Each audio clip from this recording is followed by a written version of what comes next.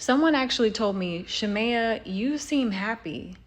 And it's not that I'm happy, it's that I'm choosing not to be sad. In life, there's so many reasons why we could be sad. You just turn on the news and something can really just disrupt your spirit and bring your spirit down. But you have to choose not to let it bring you down and not to allow it to cause you to be miserable. I have so many reasons why I could be sad.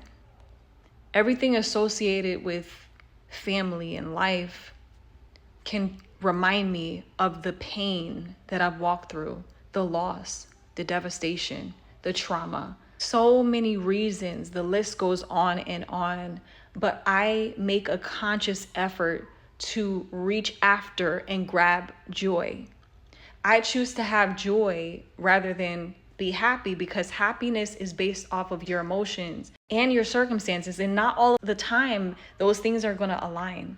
But joy is something that's in your soul and is something that God gives you. And it doesn't matter what's going on around you. You can be in the middle of a storm and you can still have joy because you have hope and you have peace in the midst of it.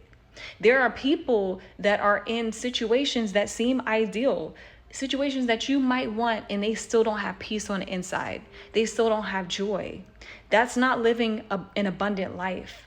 But when you reach after the things of God, He causes your soul to prosper. And I want my soul to prosper. So I'm willing to do whatever it takes. You got to be willing to do whatever it takes to go after all that life has to give and all that God has for you. Some of the most successful people in life is because they've walked through some things and they had this moment within themselves that there's got to be more. There's got to be greater. And you have to have that within yourself where you're like, there's got to be more. You cannot settle for mediocrity. You have to want more out of life. That's how people become successful. And success is not based off of finances, because there's people that have all the money in the world and they don't have peace and they don't have joy. They are depressed on substance. They're struggling with addiction. That's not prospering. God's definition of your soul prospering is you having the things that's intangible.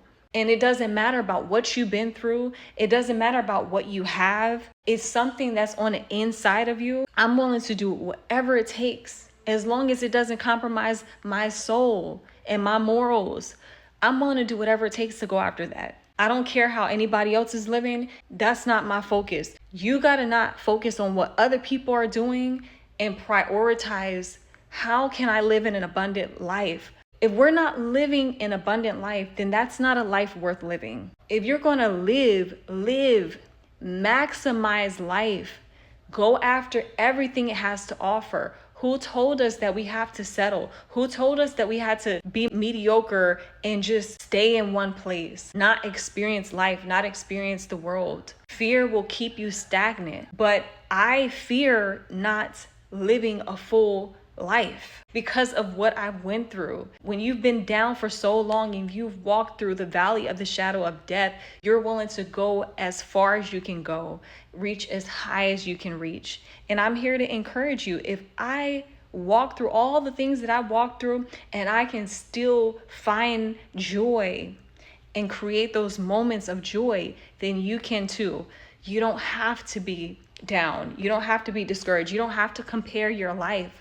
When we compare our lives to other people, we waste time and it gets us out of alignment with what God has for us. So be strategic and intentional about creating your joy and reaching as far as you can reach, seeing how far you can go, because otherwise, what are you doing?